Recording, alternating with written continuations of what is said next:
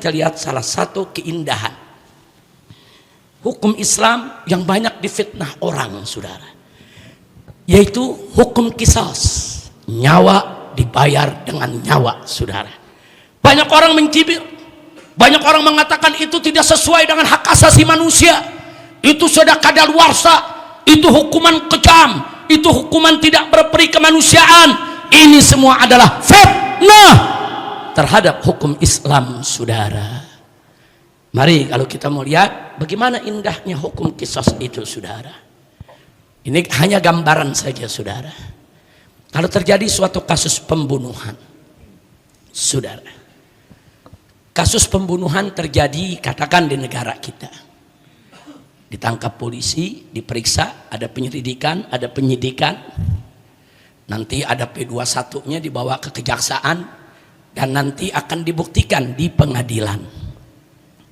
Kalau terbukti, saudara, maka akan dijatuhkan hukuman. Hukuman yang berlaku di Indonesia, pembunuhan itu beragam. Saudara, ada hukuman mati, ada hukuman seumur hidup. Tapi ini jarang sekali diterapkan, kecuali pembunuhan berantai atau pembunuhan yang mutilasi dan lain sebagainya, saudara. Nah, tapi umumnya pembunuhan hanya dipenjara beberapa tahun. Ada vonis cuma 10 tahun. Nanti kalau berbuat baik, saudara, ada potongan hukuman. Enggak sampai di situ saja, setiap hari raya dan setiap hari besar nasional ada juga pemotongan, saudara, ada remisi-remisi. Paling-paling dilaksanakan 5 sampai 6 tahun dia sudah keluar, saudara. Itu hukum di negeri kita kalau kita pakai KUHP. Nah, sekarang mari kita lihat, saudara, apakah hukum ini bagus atau tidak. Kita lihat dulu efeknya. Kalau si A dibunuh oleh si B, kemudian si B dihukum penjara, si A punya keluarga, punya anak, saudara, kira-kira dendam tidak? Apa dengan dipenjara 5 tahun dendam lunas? Belum, saudara, belum lunas. Kalau si A punya anak, anaknya melihat gara-gara bapaknya dibunuh, saudara, sementara bapaknya itu tulang punggung keluarga. Ini anak, katakan umurnya baru 10 tahun, dia lihat adik-adiknya di bawah, umur 6 tahun, umur 7 tahun, umur 5 tahun, dipelihara oleh ibunya. Ibunya juga nggak punya duit, nggak punya kerja, kontrakan habis, diusir. Si ibu bawa tuh anak-anak yatim, saudara. Si ibu yang sudah jadi janda bawa anak-anak yatim tinggal di kolong jembatan. Anaknya ada 7, masih kecil semua, katakan yang paling besar baru 12 atau 13 tahun, saudara. Apa itu terselesaikan dengan si pembunuh di penjara 5 atau 6 tahun? Belum. Ada problem sosial. Ada problem sosial, ada problem dendam, ada problem nafkah, saudara. Ada problem rumah tangga orang. Yang tadinya dia punya tulang punggung, tulang punggungnya kemudian udah dibunuh orang. Dia diusir dari rumahnya.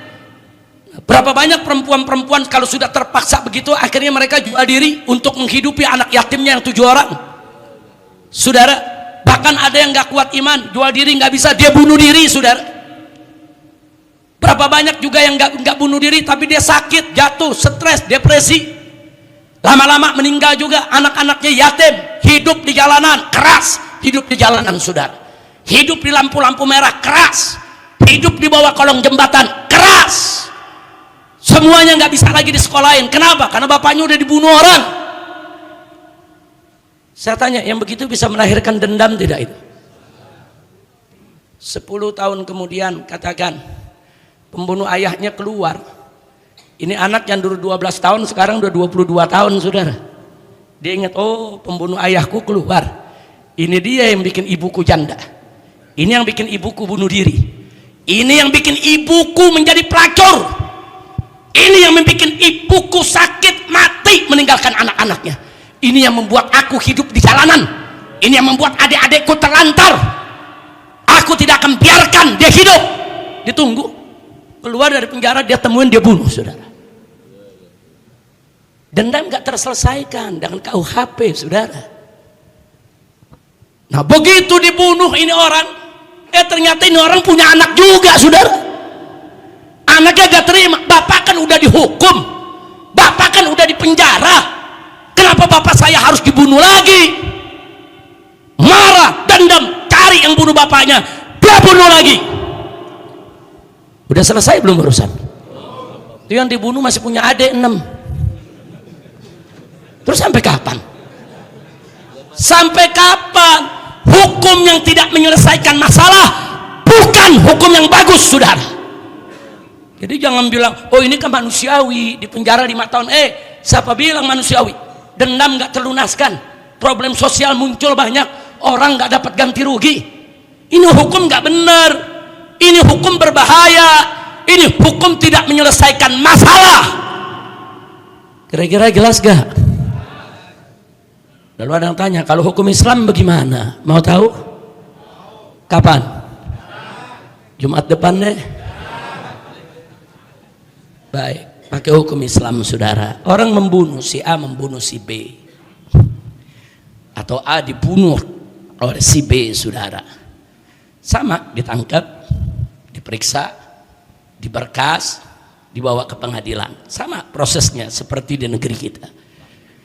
Nah, nanti di pengadilan, jika terbukti memang dia membunuh, saudara, udah terbukti nih, secara sah dia melakukan pembunuhan dengan niat jahat, bukan tidak sengaja. Nah, saudara, kalau sudah terbukti, hakim nggak langsung vonis hukuman. Enggak, saudara. Dalam Islam, keluarga korban dipanggil dulu semua. Aulia Uddam, wali-wali darahnya dipanggil, saudara. Semua dipanggil, dihadirkan. Anak-anaknya dihadirkan semua, saudara. Ini sudah terbukti si B itu membunuh ayah kalian. Nah, sekarang kalian musyawarah keluarga. Kalau mau balas dendam, sampaikan ke kami. Kami yang putuskan, nyawa dibayar nyawa. Jadi jangan balas dendam main hakim sendiri.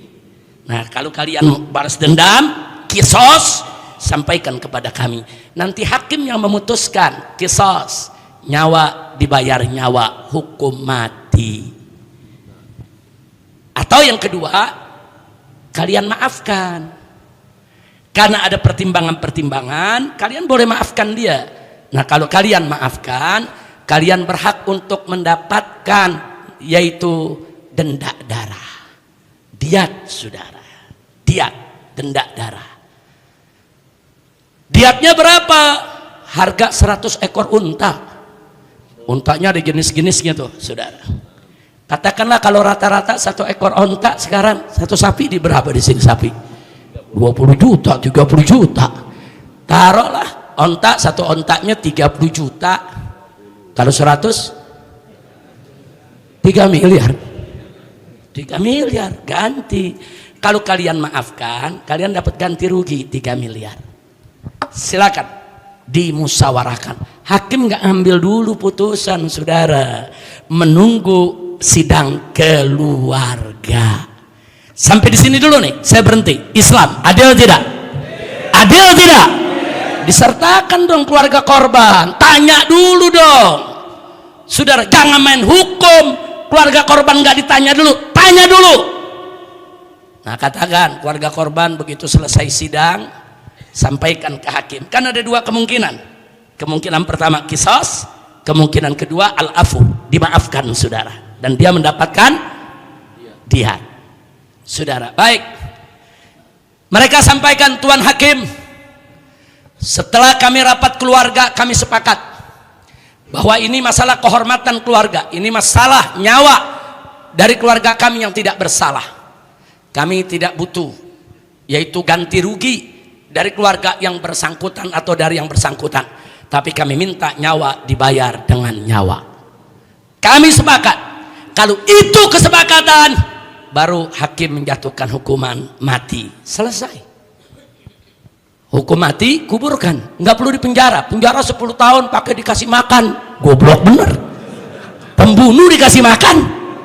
Nggak menyelesaikan masalah dikasih makan. Masuk penjara, penjaranya itu bangun dengan duit negara. Sipir-sipirnya jaga digaji negara, saudara. Itu si pembunuh tinggal dikasih makan. Pagi, siang, malam gratis. Kok Habib tahu? Kan gue pengalaman. Di penjara 3 kali makan gratis, pagi dikasih makan, siang dikasih makan, malam dikasih makan, saudara. Pembunuh kita kasih makan, goblok apa geblek? Pembunuh dikasih makan, pembunuh sidang terbukti bersalah, hukum mati.